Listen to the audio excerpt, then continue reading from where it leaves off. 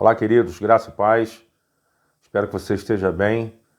Espero te encontrar nesse momento bem de saúde, bem fisicamente, bem espiritualmente. Eu venho nesse momento para trazer uma palavra de meditação para que a nossa vida com o Senhor seja uma vida frutífera, uma vida alimentada continuamente com o Senhor, no Senhor. E eu quero meditar com você hoje sobre um grande homem de Deus chamado Daniel, um grande estadista, um homem que fez a diferença no seu tempo. Eu quero fazer essa comparação com Daniel com o tempo que a gente está vivendo hoje. Hoje, dia 31 de março de 2020, estamos ainda na crista do isolamento social devido ao coronavírus. E muitas pessoas estão sentindo falta dos templos, das reuniões, muitas pessoas estão sentindo falta da comunhão, porque afinal de contas, tudo tem que ser feito agora via internet. Cada um na sua casa, cada um onde estiver, fazendo essa comunhão, essa ligação com os seus irmãos em Cristo dessa maneira. E eu quero trazer para a nossa análise o texto de Daniel, quando ele juntamente com várias outras pessoas e juntamente com 3 outros amigos, Ananias, Misael e Azarias, futuramente tem seus nomes substituídos para Sadraque, Mesaque e Abednego. Daniel ele é tirado da sua terra e levado para a Babilônia, porque quem reinava sobre a Babilônia na época, o período monárquico, era Nabucodonosor. E Daniel, juntamente com esses jovens, ele é levado na primeira deportação, na primeira de 7 deportações, é levado para esse lugar. Um lugar de permissividade, um lugar de cultura diferente, um lugar onde as coisas aconteciam completamente diferente daquilo que eles estavam acostumados na sua terra. E uma característica que eu quero comparar com a característica de hoje. Eles não tinham templo. Foram 70 anos de cativeiro babilônico e nesses 70 anos, o povo de Deus, a Israel de Deus, eles cultuavam, foi um cativeiro sem templo.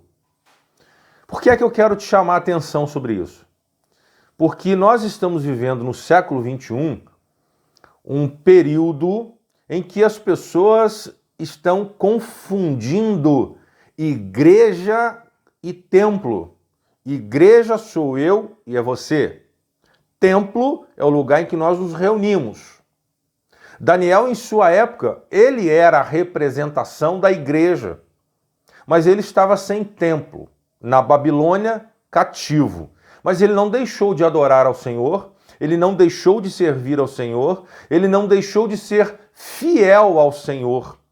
Por essa razão, eu quero ler o texto com você no livro de Daniel, no capítulo 1, no versículo 4, onde são requisitados jovens pelo rei Nabucodonosor. E no versículo 4, ele diz assim: jovens sem nenhum defeito, de boa aparência, instruídos em toda a sabedoria, doutos em ciência, versados no conhecimento e que fossem competentes para assistirem no palácio do rei e lhes ensinasse a cultura e a língua dos caldeus.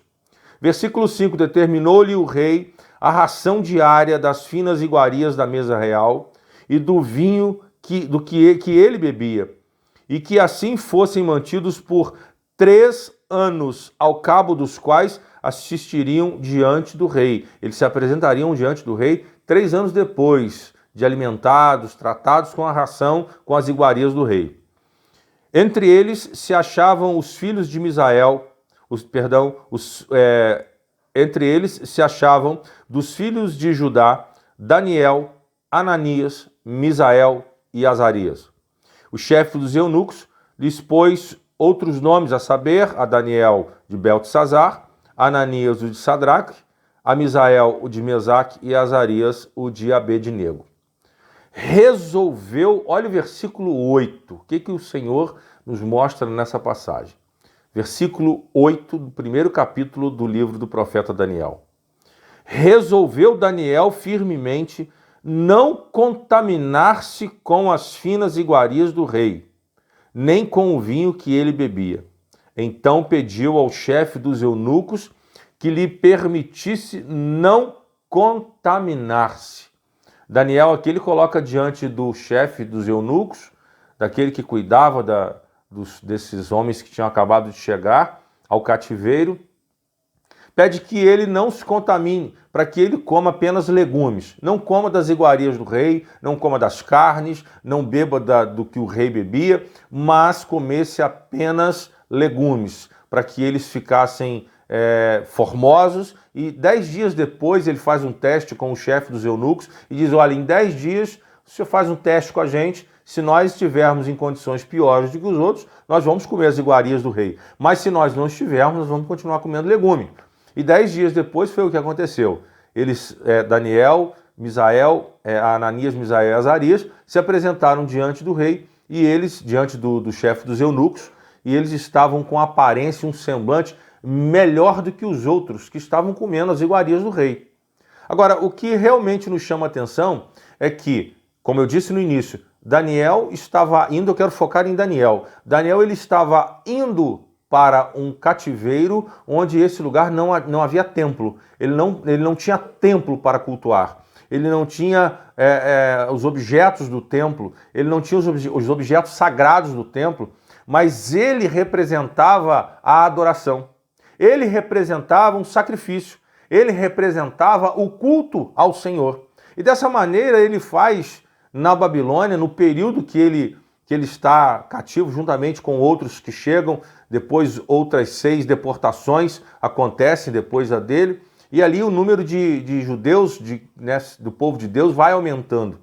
Mas o que de fato eu quero falar com você é que a mensagem necessária que precisamos para esse tempo, a mensagem que Daniel pregou naquele momento, é que ele viveu num tempo em que a verdade estava sendo massacrada.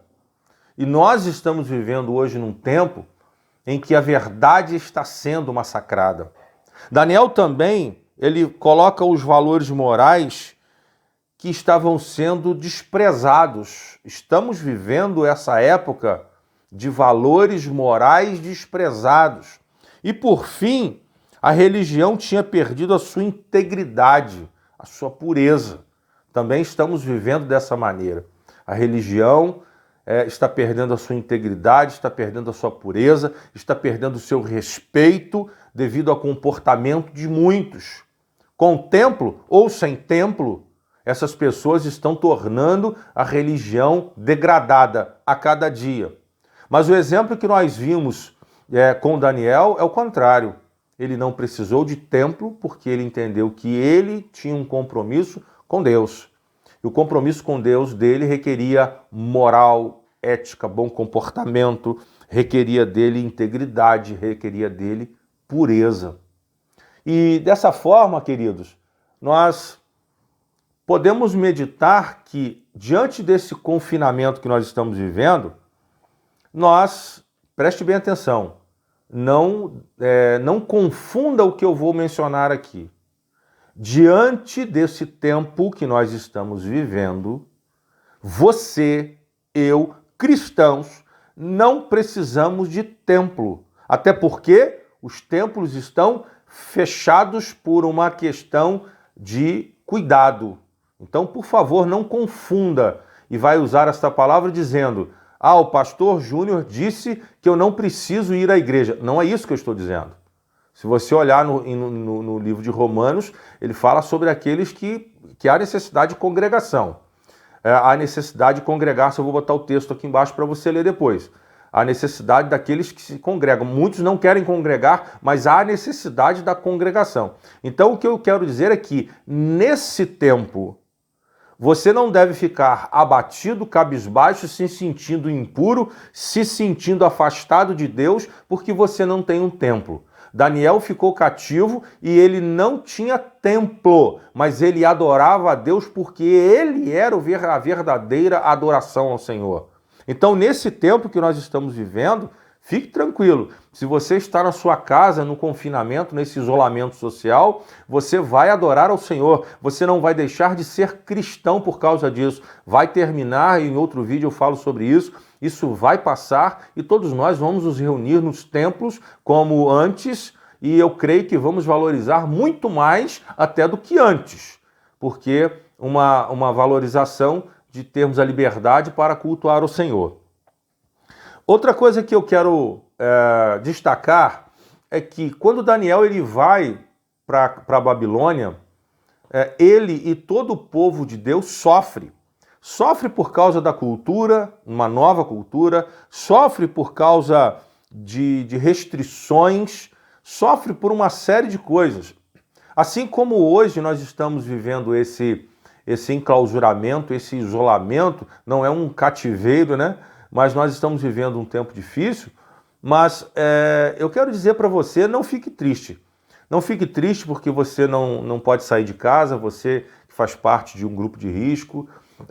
Aproveite esse momento para reflexão, aproveite esse momento para ler a palavra de Deus, aproveite esse momento para orar, faça chamadas de vídeo, de áudio com as pessoas via WhatsApp, via qualquer aplicativo que você tenha, ligue para as pessoas, não deixe esse tempo que você está em casa ser um tempo de sofrimento. Pelo contrário, faça dele um tempo de aproveitamento. Fale mais com as pessoas, ligue para elas, procure saber como é que elas estão. Esses dias eu fiz uma chamada no WhatsApp com alguns irmãos da igreja e oramos juntos. Se eu não estou equivocado, somente 4 pessoas é permitido no WhatsApp. E fizemos ali uma chamada de vídeo e oramos.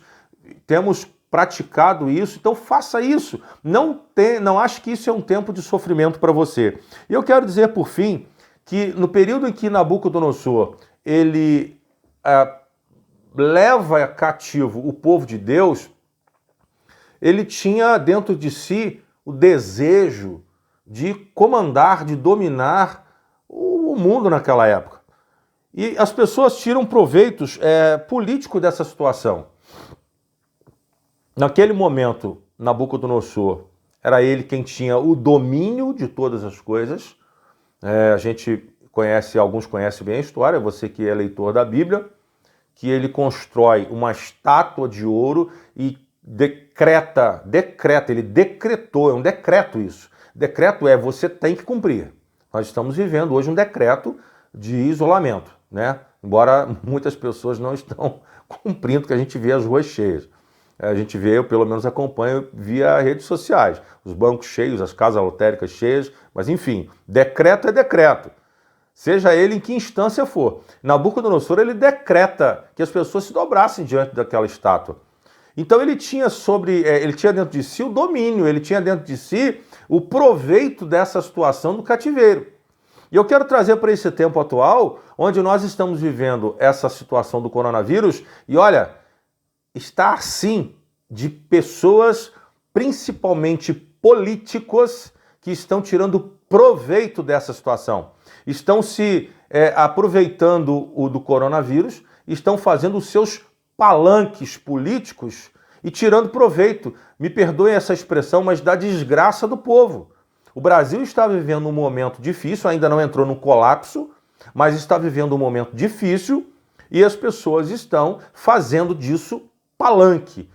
Prefeitos, governadores, deputados, várias pessoas, enquanto o governo federal está atuando nisso, em esferas inferiores, as pessoas estão tirando proveito. É só você assistir a televisão, você ligar a internet, você vai ver sobre isso. E eu quero dizer uma coisa para você, eu não vou mencionar o nome, claro, eu quero me preservar nesse sentido, até porque hoje em dia qualquer coisa que você diga gera processo. Mas eu estou com uma notícia aqui no meu celular do dia 29 e eu quero deixar aqui o texto que está no site, diz assim, repito, vou chamá-lo de Coronel. Coronel, assim como outros políticos, tem aproveitado a crise provocada pelo novo coronavírus para capitalizar votos em cima do caos e da fragilidade do povo. O ex-ministro Coronel ameaçou pastores e padres do Ceará em uma live feita com o economista fulano de tal. E ele diz assim, abre aspas, aqui no Ceará, quem fizer, inclusive com ordem do Ministério Público, quem fizer carreata, fazendo esse tipo de exposição do povo à morte, vai para a cadeia, como também pastores, padres, seja quem for. Fecha aspas. O que é que eu quero dizer com isso, querido? Não estou fazendo aqui propaganda política, objeção política, nada não. Eu só quero dizer o seguinte, Daniel, quando ele é levado cativo, ele é preso, passa por esses momentos que eu falei com vocês, mas logo depois ele é requerido. Nabucodonosor tem sonhos, tem as suas paranoias, e quem atende às necessidades do rei é Daniel. E nós estamos vivendo um momento de crise em que muitos estão, ou melhor, deixa eu formular, em que poucos estão desprezando a igreja, querendo que as igrejas fiquem fechadas. Nós vamos fazer isso por decreto, nós vamos fazer isso por cuidado e por zelo. Agora, é bom lembrar que, passado esse tempo, quem vai socorrer o povo é a igreja. Quem vai socorrer o povo são os templos. Os templos estarão abertos, dando comida, atenção, atendimento psicológico, remédio, oração, suporte espiritual. Então, passando esse tempo, eu quero encorajar você, que você seja como Daniel. Você está vivendo num tempo de isolamento, sem templo para adoração, porque você é um cristão que adora o Senhor independente de templo. Não estou aqui enfatizando que você não precise frequentar igreja ou templo, não é isso que eu estou dizendo. E que você, após todo esse isolamento, tirando todas as pessoas que estão querendo se aproveitar desse momento, você mostre a importância da igreja. Porque a igreja do Senhor Jesus Cristo hoje, ela é a perna do governo. Porque é ela quem auxilia em pontos e acessa lugares que nenhuma prefeitura, nenhum governo do estado, nenhuma parte do governo federal alcança. A igreja do Senhor é ela quem alcança. Então eu quero te encorajar nisso, querido.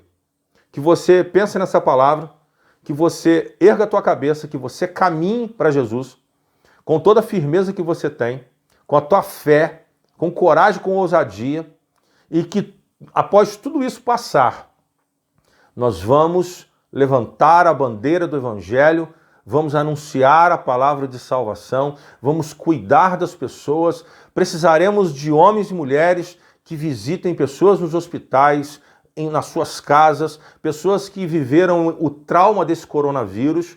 Quem vai fazer isso é a Igreja do Senhor Jesus Cristo. Então, querido, não espere de governo algum, não espere de político algum esse tipo de ação. Essa ação tem que ser tua, tem que ser minha, como Igreja do Senhor. Por isso, amado, eu deixo essa palavra para você. Me desculpe se eu me estendi um pouco mais hoje, mas que Deus te abençoe e que você tenha uma excelente noite. Forte beijo, abraço no teu coração.